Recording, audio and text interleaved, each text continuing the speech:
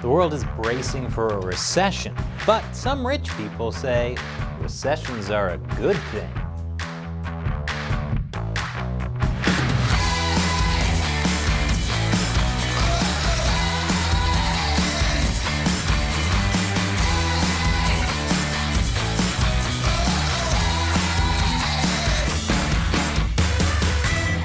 Welcome to America Uncovered. I'm Chris Chappell. Be sure to like and leave a comment. It helps us with the algorithm. And make sure you're subscribed, because YouTube has been secretly unsubscribing people. And since YouTube also hasn't been notifying people of new episodes, check back every Tuesday, Wednesday, Thursday, and Saturday for new episodes. High oil prices, broken supply chains, war. These ingredients have created the perfect storm of economic disaster.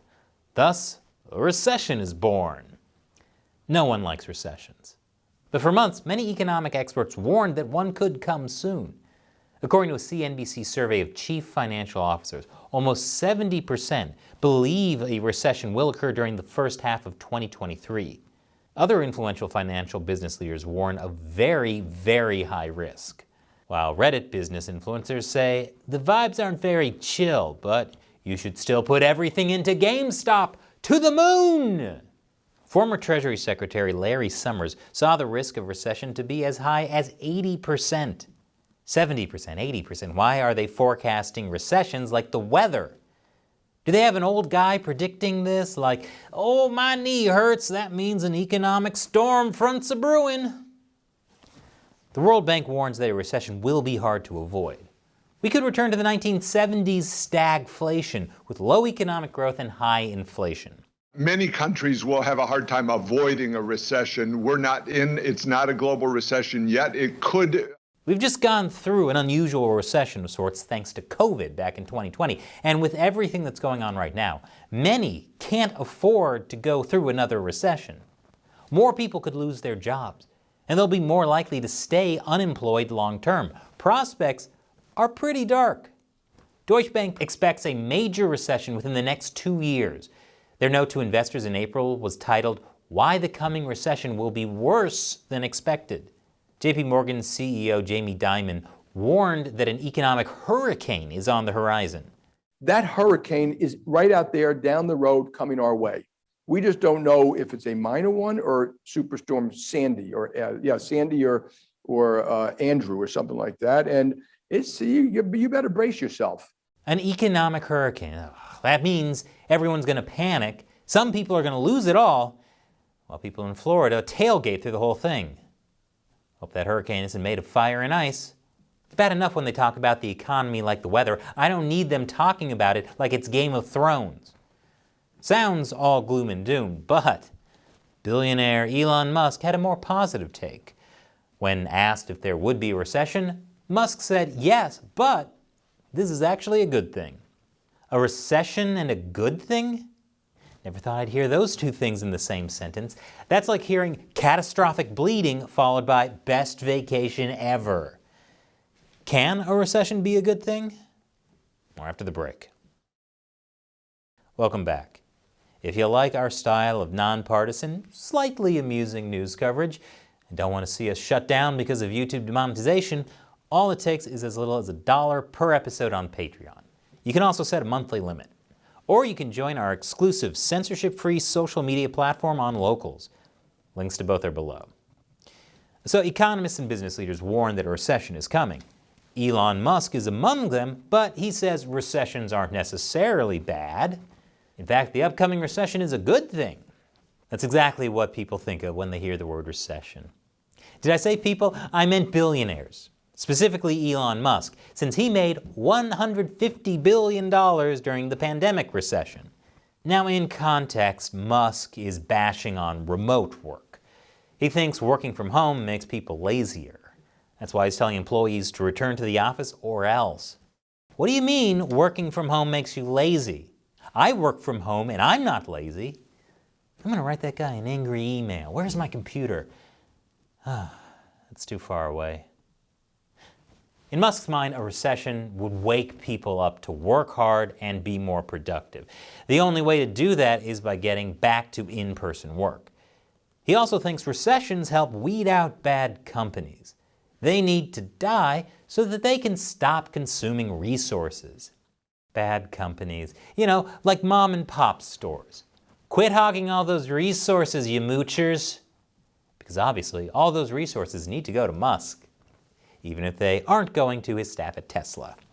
Of course, there are a lot of bad companies that are super inefficient, like literally every big bank.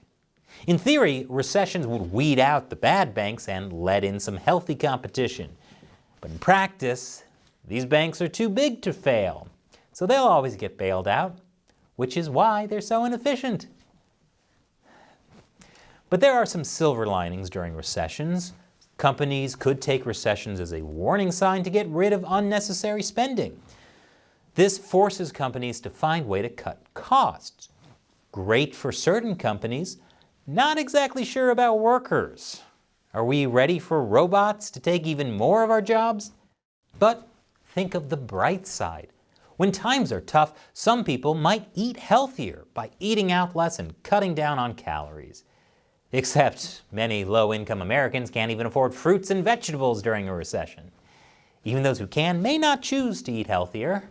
Get those buckets of meatloaf-flavored ice cream ready, because we're going to need some comfort food during a recession. That's great for the sweets industry. They tend to get a lot more customers during recessions, which proves my theory that Willy Wonka's factory was built on human suffering. Other businesses like grocery stores and maintenance services also thrive during recessions. But in general, businesses, especially small startups, get hurt by recessions. Banks, venture capitalists, and other lenders aren't too keen to hand out business loans until the economy turns around. And without capital, it's hard to start new business ventures, especially when you're a no-good, freeloading, small business hogging all the resources. Fork it over to Musk already, you monsters.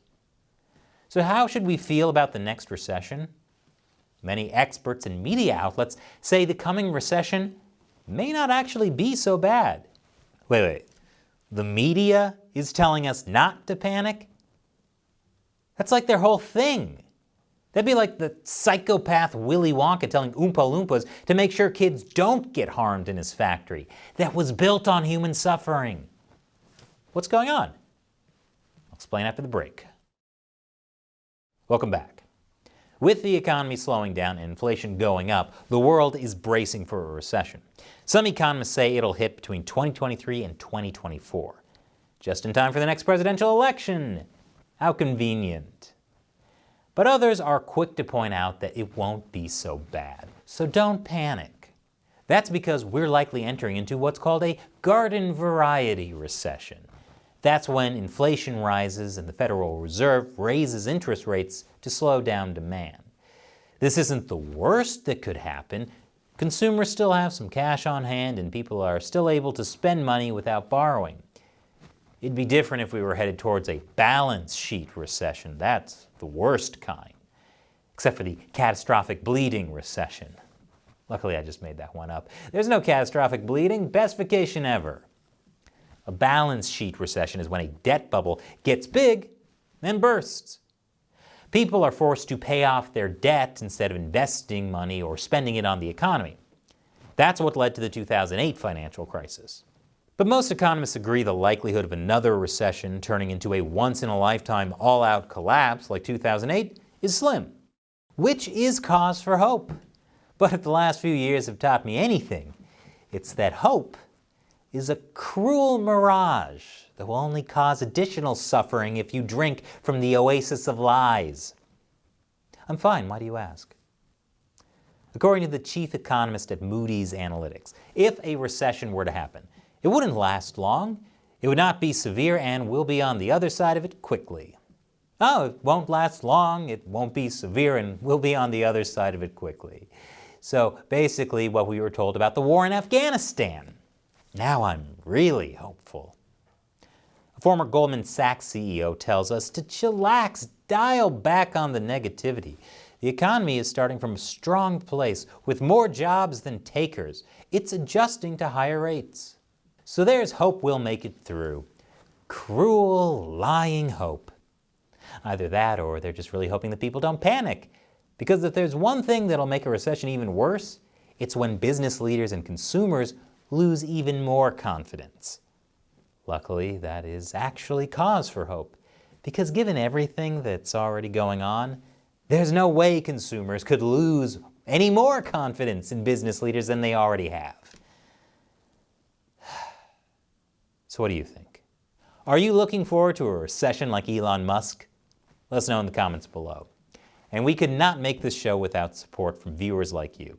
You can help us for as little as $1 per episode at patreon.com/AmericaUncovered, or on our exclusive censorship-free social media platform, AmericaUncovered.locals.com. The links to both are in the description below. Once again, I'm Chris Chappell. Thanks for watching America Uncovered.